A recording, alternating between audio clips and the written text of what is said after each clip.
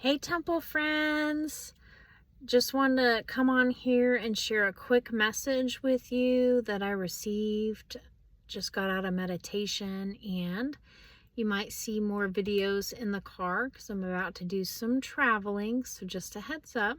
But this message has to do with the movie Tangled, about Rapunzel. And the message that I received was, again, these are all for both myself and you guys. So we're all in this together, 40. So in Tangled, obviously the premise of Rapunzel is that her mom, or who she thinks is her mom, but it's actually a witch, traps her in this tower. And the whole reason that she's trapped in this tower, 108, I've been seeing that number everywhere. Anyway, we might do a side video on 108 because that seems like it's pretty big. Anyhow, the whole reason why Rapunzel is trapped in this tower is because of her healing abilities and her powers and her gifts. I just had to pause and let that sink in for you. I'm going to say it again, as one of my favorite tarot readers would say. I think his channel's Divinely Chosen Starseed, so check him out. He's great. It's hilarious too.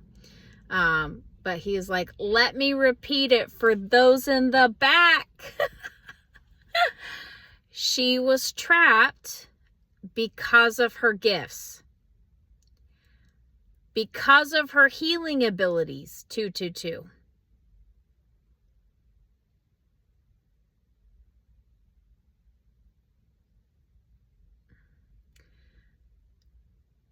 So if you resonate with this channel, there's a reason why. Because you have a lot of gifts to share. You have healing abilities. And that's what God wants for his chosen people. These gifts are they're not just restricted to one person. This is actually, technically speaking, if every person on the planet decided that they wanted to focus on their own personal growth and spiritual development, 313, they could develop these gifts too, okay? But a lot of people are not at the point where they even recognize that that's possible or are willing to do the work to do so, okay? But you being on this channel, you are at a place where you're discovering your spiritual gifts. Maybe you already know what those are, maybe you don't, but you at least understand the concept of gifts and may even have experience with healing. And this concept entangled, I don't know, I just never thought about it in this way. In my own personal life, a lot of relationships, places, people, things that I've had to let go of, or whenever I get to a point where I'm really wrestling with the fact that, do I need to move on from this? Do I need to let this go? Is usually the point where that person, place, or thing is attempting to control me, to suffocate me, and kind of like, how do I want to say, shelter me in a way that they're the only person that gets to benefit from my power, my healing, and my gifts and my light. And that's what the witch does in Tangled. She wants, oh, it's a beautiful dove that just flew overhead. Wow. That was incredible. Spirit is so good. I feel like everything's just talking to me all the time. Anyway, you might feel that way. Because you're talking to not just me, but we're talking to everything all the time, even if we're not using our mouth. Anyhow, back on track. So that's what the witch does in Tangled, where she wants to use those healing abilities for herself. She has a selfish person. She has a selfish purpose when it comes to that, and it's kind of vain in that she wants to look beautiful and live forever, not to help anybody, but just so she can have it. And she locks Rapunzel up in this tower so that nobody gets to see her and experience these gifts. But spoiler alert, if you haven't seen it, if you don't want the spoiler, click off right now, go watch it, and then come back. But spoiler alert, because I feel like it's been out long enough now. I think most people have seen it. But if you want to watch it, I encourage you to do so. It's really good. So the spoiler is that results in her demise, this witch, because she tries to control and stifle Rapunzel. And at first Rapunzel goes along with it, 704. Because she thinks this woman's her mom. I mean, in a way she really is, because she raised her, right? But she's not her real mom, and she's not mothering her. How should I say? She's not mothering her because she cares about Rapunzel. She's mothering her, this is good. This is so good. She's smothering her. And the word smother has the word mother in it. So when a divine feminine is in her dark feminine, her toxic feminine, which not to say, I mean, sometimes we have to pull out our dark feminine. It doesn't have to necessarily be toxic, but we'll say the toxic version of the feminine, the unhealthy, the unbalanced, is the smothering.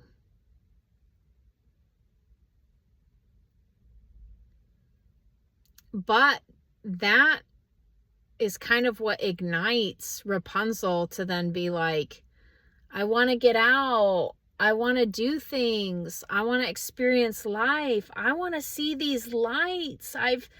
I look at them out my window every year, and I just want to know what they are. I just feel this inner calling and urge that this is for me. So if you have an inner calling and an inner urge that something is for you, and somebody tries to stop you from doing that because they're afraid that you're going to outgrow them, then they've already lost you. Because, you know, fear is a natural human emotion, but the people that are meant to stay around us are the people that support us no matter what. And a lot of my relationships I've had to end or let go of, or even people, places, and things where it felt like those things, instead of helping me grow, that they were actually smothering me. And it took me a long time to realize that that was happening. It took me developing the awareness and getting that outside perspective, you know, going somewhere new. And That's what happens to Rapunzel is, she, it starts with this inner calling where she wants to experience something. She does. And then when she gets outside and she realizes, oh, my mother was raising me in all of this fear, and I'm actually really good in the outside world. I can do this. I can have courage. So when someone tries to put you in fear,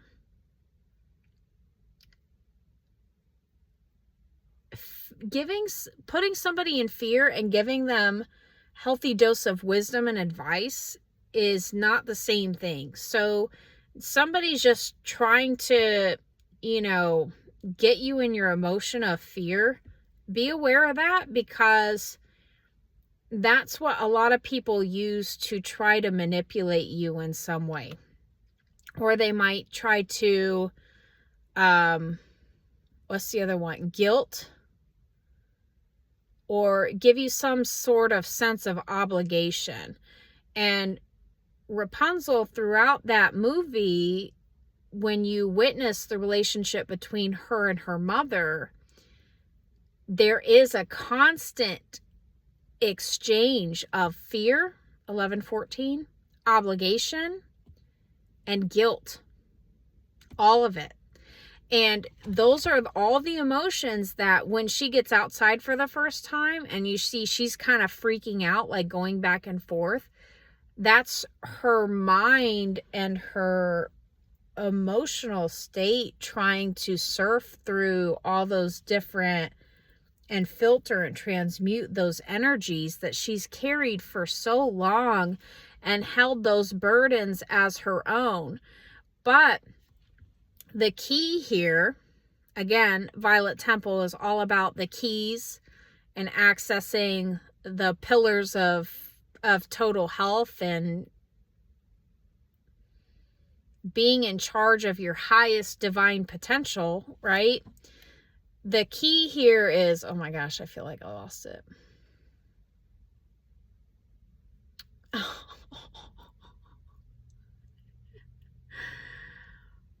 Okay. Thank you.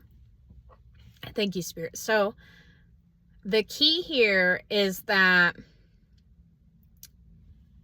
all of those emotions that she was surfing through when she got on the outside, those are actually direct reflections of the projection that her mother was giving to her. And what I mean by that is like, okay, the fear. Well, she put fear on her daughter on, okay, it's scary out there. You shouldn't be going outside. But the underlying fear of her mother was, I'm afraid if you go outside. I'm afraid to lose you. Because if I lose you, then I don't have my source of healing, my source of light, because she cannot produce that for herself. So a lot of manipulators and narcissists and things, that's what you'll see. They'll try to put you in fear if you try to leave. But really, they're the ones that are afraid. That's a huge key. Okay?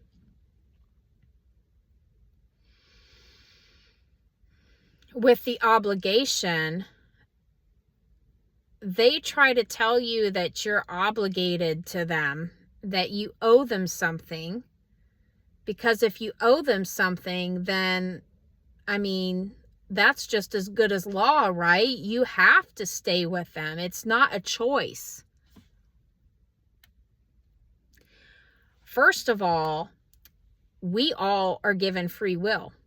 Even God gives everybody free will.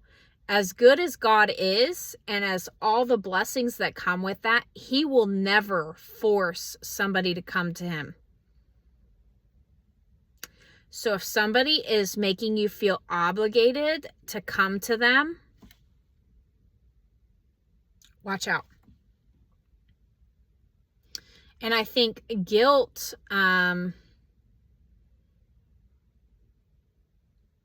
guilt plays along with that as well. So they, if they're trying to like reel you back in, they're going to say things and do things that make you feel guilty for wanting to do for yourself because, oh, they're so helpless and you can't like leave them alone because they just can't do it without you. Okay, that's not true.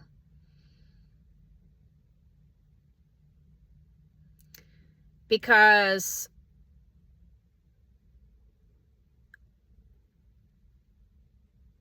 let's say it's a parent. Okay, a parent in their true wisdom and their true divine parenthood and all that comes with that. And you could look at God as the epitome of the divine parent, okay? The parent is willing to let you go and for you to experience and make your own mistakes so that way you can be strengthened yourself. Watch out for those that do not let you do for yourself.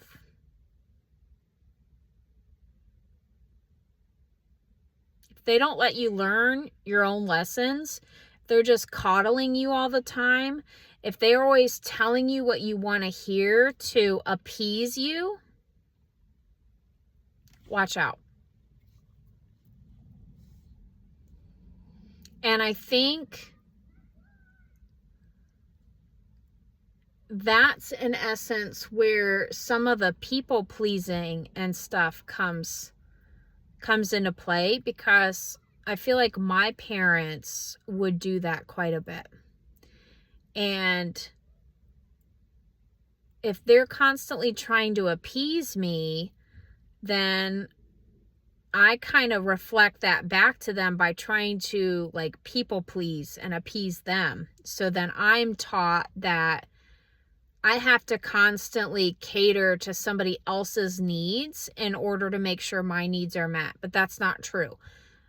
Through God and through myself, I can make sure that my own needs are met. I don't have to seek external validation for something. And even lately, like God has encouraged me, like, like always rely on Him, but like, just check in with yourself. See how your body is feeling, and it will tell you.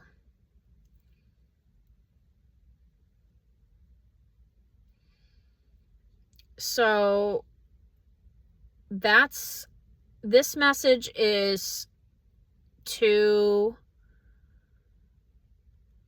always stand in your love with relationships, but just it's important to use wisdom in relationships as well.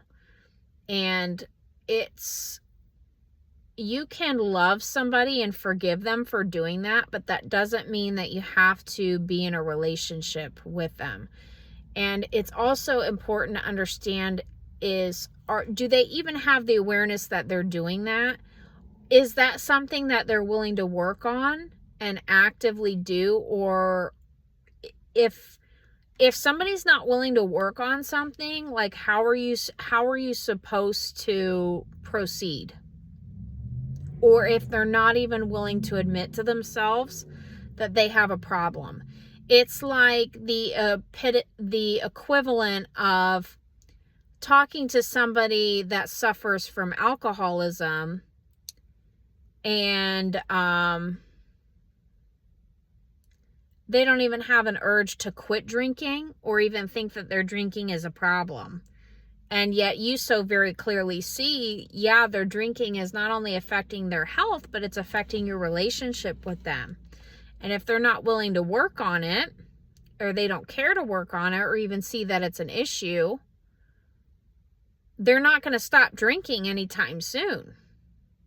So then you have to either accept that that is part of the relationship right now, and that's what you're willing to deal with, or is that not where you're trying to go?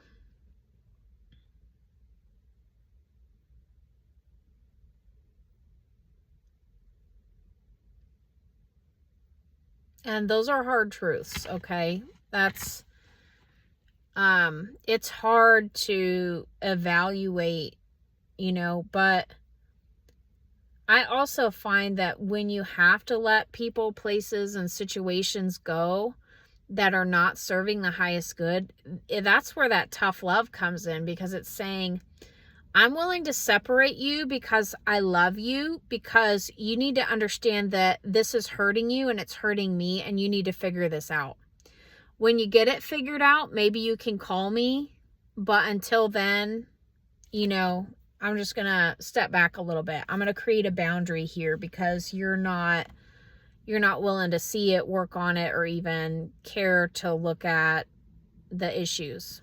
You're just going to, you just want to walk in sleep mode, zombie mode or whatever. And, we all are guilty of that in many different areas of life. So it's not shaming those people for wanting to stay in the dark. We're continually facing things and going through things and having that awareness all throughout the spiritual process. And the best thing you can do is just see that person for who they are, see their strengths, see their weaknesses, and just realistically talk to them and see what you guys both want to be doing. And the same could even be true for a job, or it could be a friend. It could be even, I don't know, it could even be some of the content that you're watching. We have to be very mindful of anything that we're putting in our body, and that includes what we're watching and hearing with our eyes, because a lot of that stuff goes directly into our subconscious. And so if you're watching content that puts you in a sense of fear, obligation, or guilt, fog, well, you're not going to be as clear-headed, are you? So you want, if you want to continue to grow, if you want to continue to live in your purpose, then you want to be as clear-headed as humanly possible. And it is a total healing process. 2222. So don't let people trap you in a tower. If you are trapped in a tower, obviously Rapunzel finds a way out of it, very creatively so, divinely orchestrated, because she had no control whether or not that thief was going to come into her tower, okay? So sometimes the chains or the towers that we're put in, those are hard to break ourselves. Sometimes we need a little bit of outside stimulus to do so. And I love that we're talking about a tower, because the Tower card in tarot is all about huge changes. And so it's, how do you deal with the fact that that tower is there, and whether or not it's going to come down, and how it's going to come down, and what you're going to do about it, and how you're going to handle that process. I'm seeing a lot of big changes in my life, 2335, and just taking one step at a time. So on that note, I hope you enjoyed this. Please like, share, and subscribe if you got some value out of this, because I guarantee you somebody else needs to hear this message. That's why I felt called to do this. So make sure you do that, so that way it gets out there and these messages can get to the person that needs it the most, just like obviously you needed it today. And I just want to say thanks for joining the Violet Temple. I appreciate you, and I'm so happy that you're here. Go make today a great day. Go make it a better world, and I'll see you next time, Temple friends. Bye. Love ya.